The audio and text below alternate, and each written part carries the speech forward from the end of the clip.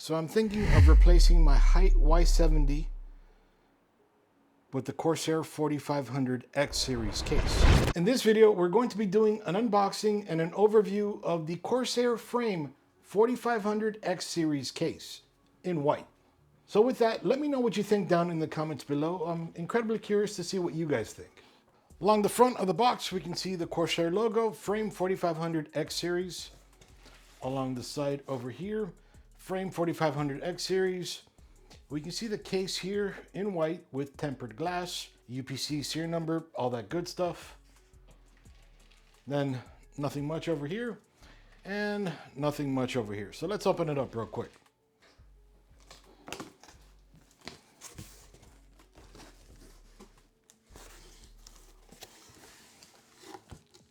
All right, so I like the way they laid out the foam over here. The accessories kit kind of looks like a keyboard, but we'll get back to that in one sec. All right. The foam eye for Iggy. I like that. That was along the bottom of the case and incredibly important information, but I'll save it all for you.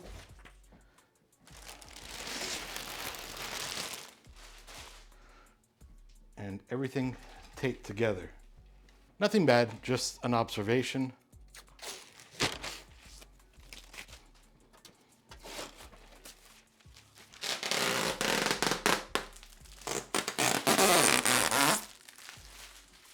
They couldn't let us enjoy that on its own. That's okay, there's more. Seems to be on the inside. All right, so we can see first off, they have this vented, this kind of a grill vent right over here. It looks nice, coming up like this and out the back, then kind of spreading out over here. That looks kind of nice. I don't know how it's going to help the cooling, aside from the fact that they're open vents, so more air will get in, but that does look nice. All right, and coming around over here, we can see the beautiful glass that it has, and curves right over here, right out to here, and it's one piece of glass, not two separate pieces, so that's nice.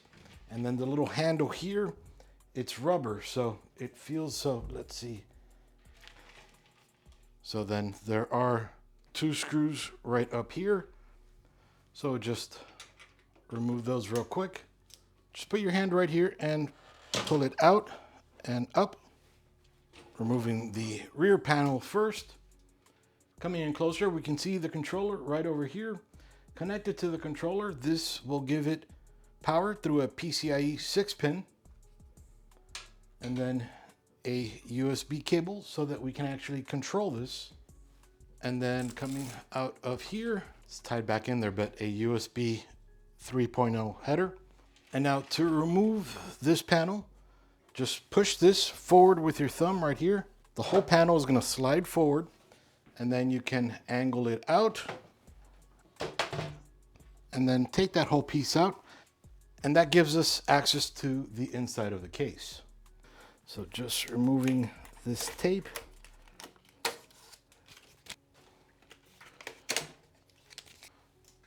And foam.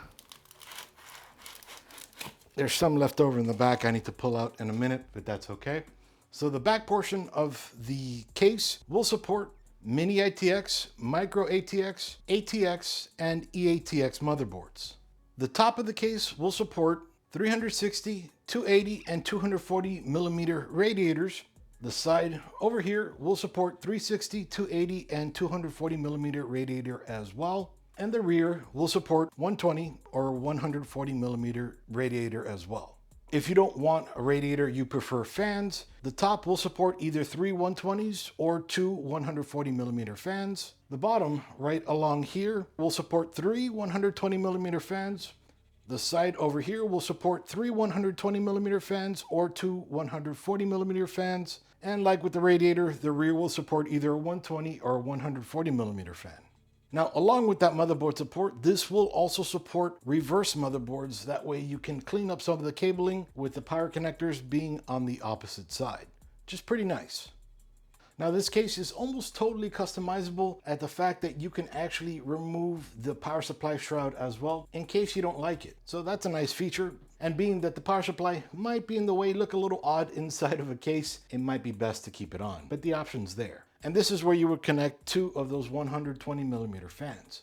And right here is where you would screw in the riser cable, because you are able to vertically mount a GPU. Now, it might look a little bit odd here, but what you need to do is turn the case around, unscrew these 2 screws, tilt it out, flip it, then screw this back in, and now you can have your GPU mounted here, and then you can remove the now vertical PCIe dust covers. But if you did keep it like this, just quick and easy to change if you ever wanted to, you can use this as a sag bracket to keep your card from sagging, to lay right over here, which is pretty awesome that they include that. Along the bottom of the case, on top of the power supply shroud, we can see 2 openings right over here so that we can fit some cables here to attach to the bottom of the board, as well as right here where the board would lay, you can fit some out through here, and then of course for micro ATX boards right over here, and along the sides over here, so that we can fit right in between the fans, as well as the top of the case also here and here and here. So we have plenty of space to route some cables. Now, talking about features and customizability, over here, if we remove this side piece, we're able to push this back and out.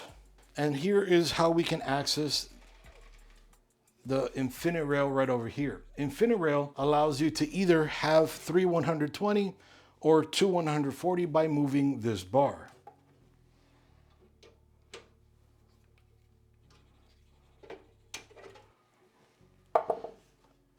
And just slide it like that. And then you could fit 140mm. So that's pretty awesome. And a great idea, the way that they implemented that. The top piece, on top of all its louvers and everything, it does not have a filter, which this would typically be used for exhaust anyway, so not a big deal.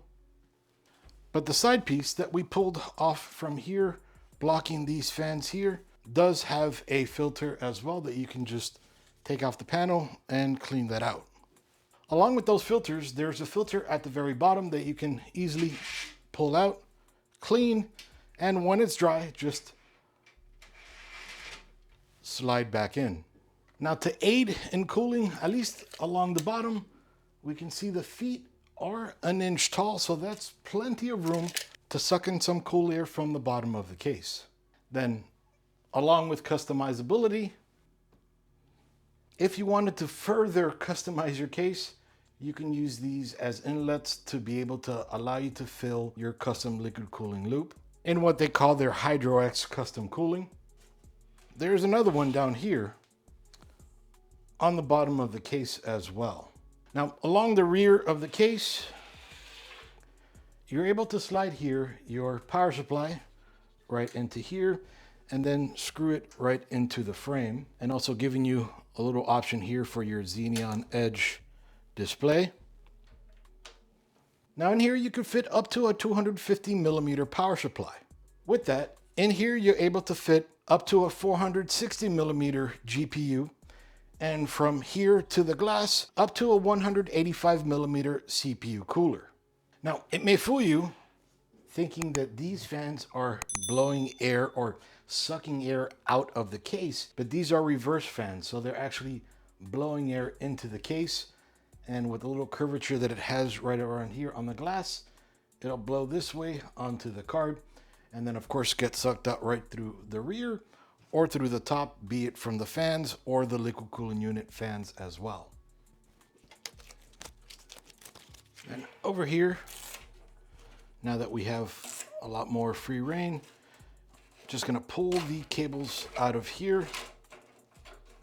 just so that we get a better idea of what front panel cables we have. So this cable is plugged into this fan, which is plugged into this fan, which is plugged into this fan, and all of this gets powered through here with IQ. So that's pretty awesome. The case does have a front panel header. The front panel is for your front panel power button, reset, LED light, all that good stuff in one little header. Then we also have HD audio,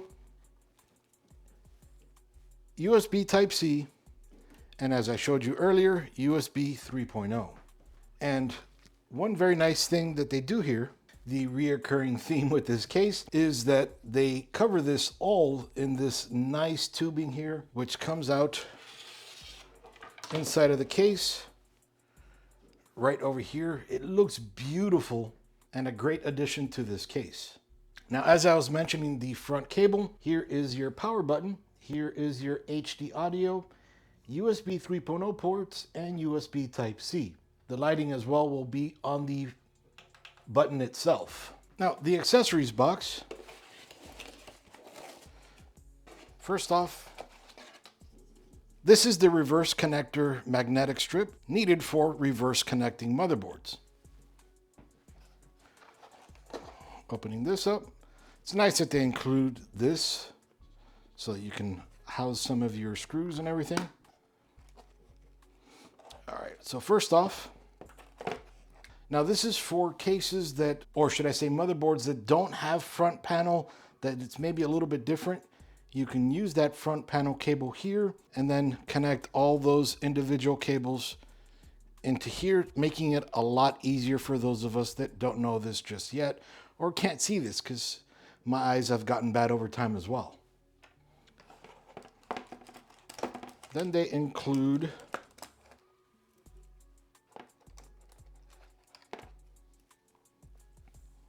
$11 small zip ties,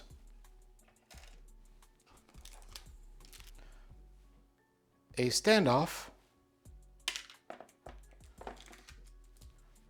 then 2 vertical GPU mount standoffs, 8 teeny tiny SSD screws,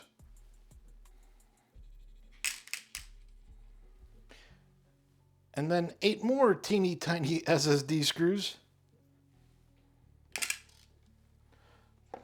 think I was only supposed to get 1 baggie of those SSD screws. 18 motherboard or hard drive screws.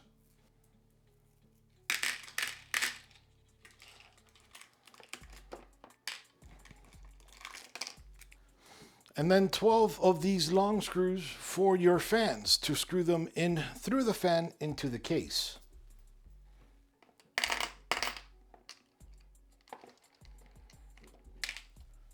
And teeny tiny, you might miss it, 1 anti-sag stabilizing rubber arm spacer. Now, back here with the IQ Link hub, if we take that off just for right now and unscrew this, removing the tray, here we can fit 2 2.5-inch SSDs or mechanical drives for laptops. We can also fit 1 3.5-inch drive right here, because we have more than enough space right back here. Now, the thing is, if you use both, then you can't use this. You can use one, and then this will still fit, and that'll be cool. And then when you're done, you can just pop this right back over here, and you're good. And this is magnetic, so you can just pop it there, and you don't need to screw it in or unscrew it. Just the tray. So with all that, let me know what you guys think about this case. Do you think I should replace the HYTE Y70 with this one? I think we might see some benefit, but I'm not quite sure just yet. Let me know what you think down below. This is Iggy with ThisBytesForYou, again doing an unboxing and overview of the Corsair FRAME 4500X case. Iggy with ThisBytesForYou out. See you guys.